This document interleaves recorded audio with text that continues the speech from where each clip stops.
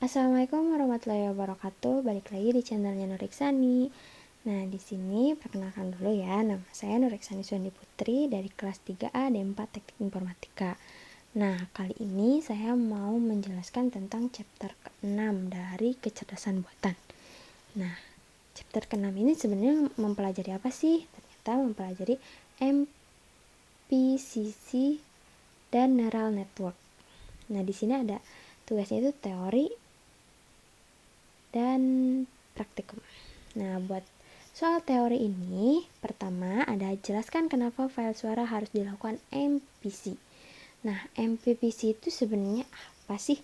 Nah, MPPC itu adalah Male Frequency Central Sufficient, di mana suatu konversian yang mempresentasikan suatu audio, di mana ekstrasinya itu dicirikan dengan proses yang ditandai dengan pengubahan data suara menjadi data citra, di mana itu berupa spektrum gelombang, sehingga itu diharuskan melakukan MPCC, di mana keadaan objek suara itu dapat diubah ke dalam bentuk data matrik, yang dimana melakukan ekstrasinya oleh MPCC kemudian diekstrasikan sebagai data matrik. Nantinya suara tersebut akan divektorkan dan nantinya diolah menjadi outputan. Seperti contoh seperti ini.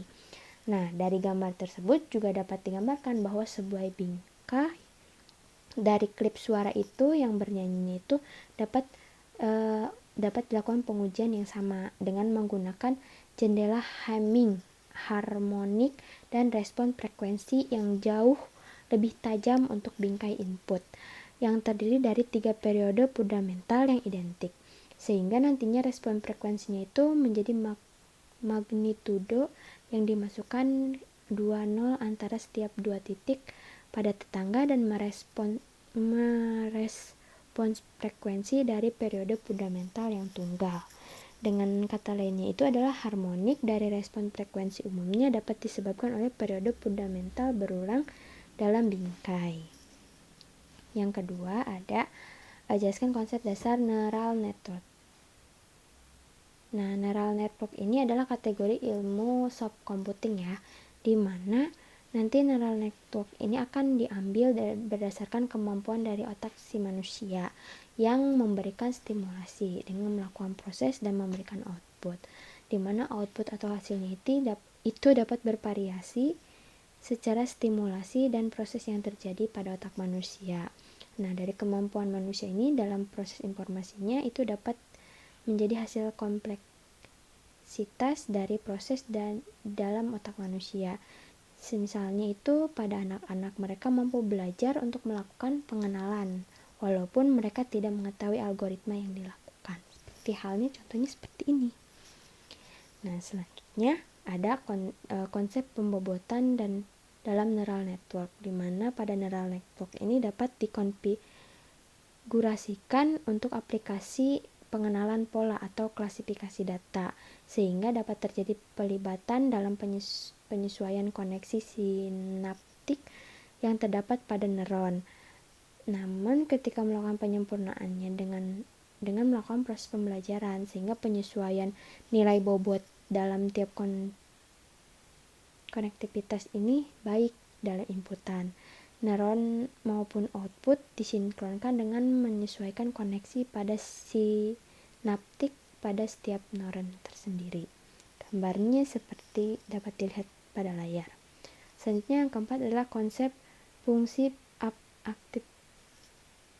aktivasi dalam neural network, di mana fungsinya itu dapat dikatakan layaknya sinapsis pada neuron manusia, di mana pada neural network juga fungsinya aktivitas sebagai penentu aktivitas dari sebuah nilai inputan yang sebelumnya telah menghitung pada hidden layer. Gambarnya seperti pada layar.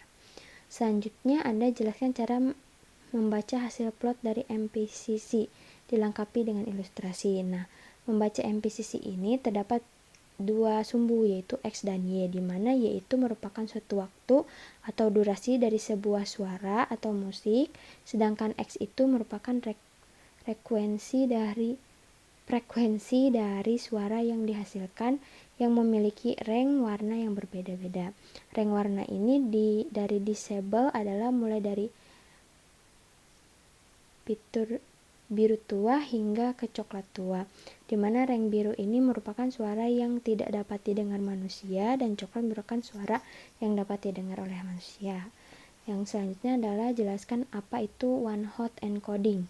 Nah, one hot ini adalah suatu proses di mana variabel kategorikal yang dikonvensikan dapat menjadi bentuk yang dapat disediakan untuk algoritma ML yang melakukan pekerjaan yang lebih baik dalam memprediksi. Nah, dari gambar tersebut dapat dilihat nilai kategorikal dapat mewakili nilai numerik dari entry dalam dataset. Selanjutnya dapat dicontohkan dengan perusahaan lain dalam dataset. Ketika jumlah entry-nya unik dan meningkat, nilai kategorisnya juga akan meningkat secara proporsional. Selanjutnya, tabel sebelumnya hanya representasi, sehingga pada kenyataan nilai kategorikal mulai dari 0 sampai dengan kategori N-1, di mana bentuk organisasinya itu didefinisikan dengan PW, aktual Honda, yang berdasarkan pada nilai-nilai kategorikal. Rata-rata PW ini adalah acuan dari penggunaan satu one hot encoding untuk melakukan binarisasi kategori dan memasukkan sebagai filter untuk melatih model sehingga memberikan hasil yang sesuai. Selanjutnya ada NP unique fungsi. Jelaskan apa fungsi dari NP unique dan kategorikal. NP unique ini itu merupakan fungsi untuk mengekstraksi elemen-elemen unik tertentu dalam bentuk array, seperti gambarnya seperti berikut. Selanjutnya, untuk kategorikal ini berfungsi untuk mengubah vektor kelas yang berupa integral atau nomor menjadi matrik kelas biner. Selanjutnya, jelaskan apa fungsi dari sekuensial dalam kode program. Nah, di mana itu sebuah jenis model yang digunakan dalam perhitungan ataupun kode program yang direalisasikan. Neural network sekuensial membangun suatu fitur yang tingkat tinggi dengan lapisan yang berurutan. Sekuensial juga sudah suatu proses di mana dapat membandingkan setiap elemen larik dan satu persatu secara berurutan, mulai dari elemen pertama sampai dengan elemen yang terakhir. Selanjutnya untuk praktek programnya. Pertama, jelaskan dari data GZ. Nah, di sini saya sudah membuat suatu program yang suatu codingan yang telah mewakili semua pertanyaan atau semua data-data seperti ini. Maksudnya pertanyaan jelaskan tentang data GZ yang seperti itu. Langsung saja kita ke codingannya.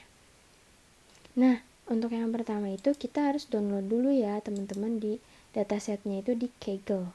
Kaggle yaitu GZ dataset musik genre. Nah, selanjutnya kita masuk ke bagian spider.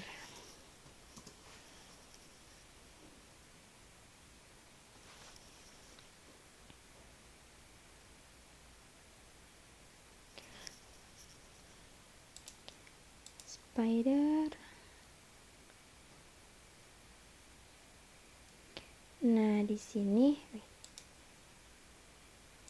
Nah, selanjutnya kita masuk ke chapter yang 6. Di sini kita melakukan import. Nah, import librosa, itu kan glom, nom, keras. Nah, di sini coba kalau misalnya error terdapat tidak adanya modul tersebut, maka install terlebih dahulu ya di laptopnya masing-masing. Nah, apabila sudah seperti ini, maka semuanya itu sudah terinstall di laptop kita. Selanjutnya, kita melakukan definisi dengan display MPCC song dengan Y sama dengan librosa load song. MPCC-nya itu librosa feature MPCC.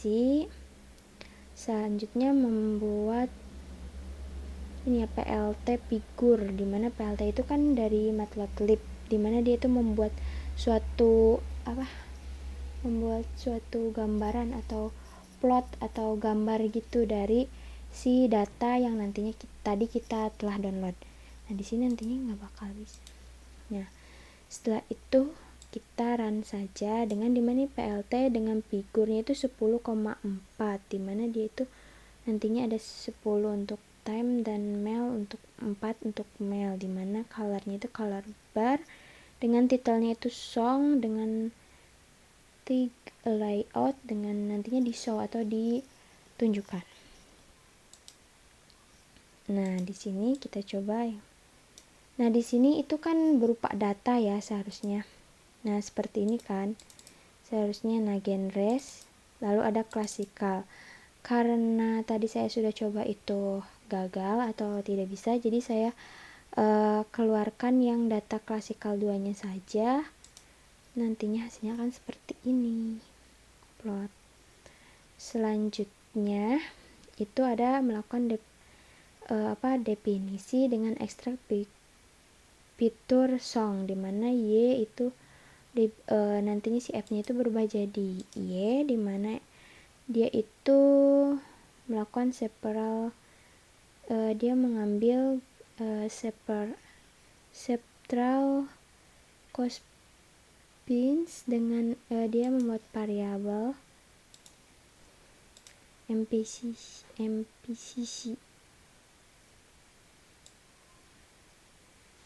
dengan menggunakan library Librosa, lalu melakukan normalize value dengan min 1,1 MPCC MPmax dengan absolute MPCC, lalu melakukan return ND array dengan 25.000.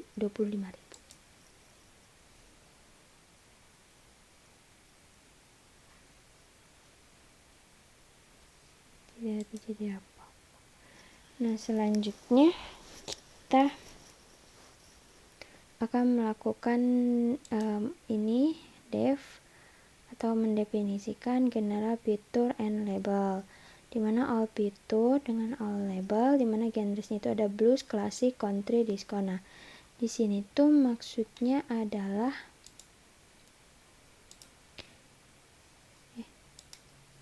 di sini data genre kan di sini ada blues, classic, country, disco. Nah, di sini ininya itu buat nama-namanya, dimana for genrenya itu in genres, sound dengan global data genres. Nah, ini print dengan song in genre, fitur eksternal fitur song F, all fitur append fitur dengan label append pada genre. Selanjutnya level unique IDS low NP unique itu untuk integer, dan ini tag one hot, lalu di return. Tidak ada apa-apa keluar. Nah, di sini dia akan melakukan passing parameter dari fitur eksternal dengan menggunakan MPCC. Nah, nantinya tunggu hingga selesai, dimana melakukan suatu passing parameter. Nah, di sini langsung ke langkah selanjutnya. Sambil menunggu data ini selesai, kita akan melakukan print npshare dengan features, lalu print npsave-nya jumlah datanya yaitu pada label, dengan training splitnya itu 0,8,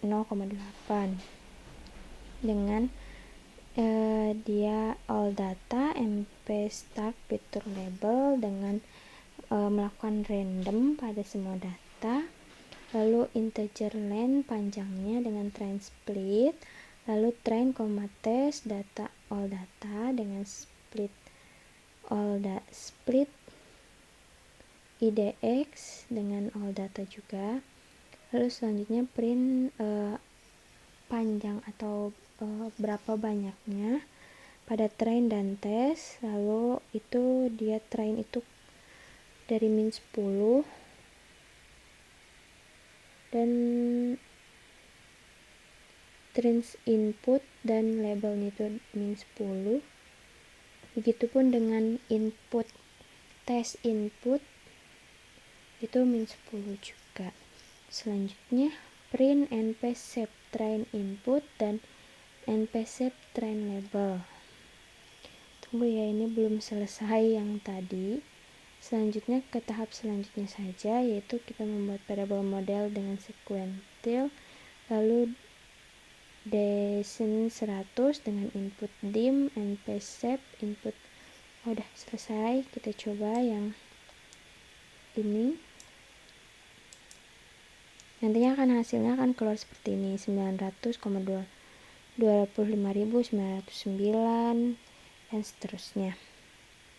Selanjutnya ini aktivitas prelude dengan dance-nya itu adalah 10, adalah softmax model dengan nama Adam, loss-nya itu adalah kategorikal, lalu metriknya accuracy, print model summary, dan nanti print down loss gini.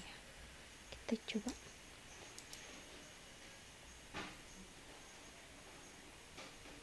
Nantinya nantinya itu akan seperti ini ya keluarannya. Mungkin hanya itu yang dapat saya sampaikan, kurang lebihnya saya mohon maaf. Billahi taufiq wal hidayah. Wassalamualaikum warahmatullahi wabarakatuh.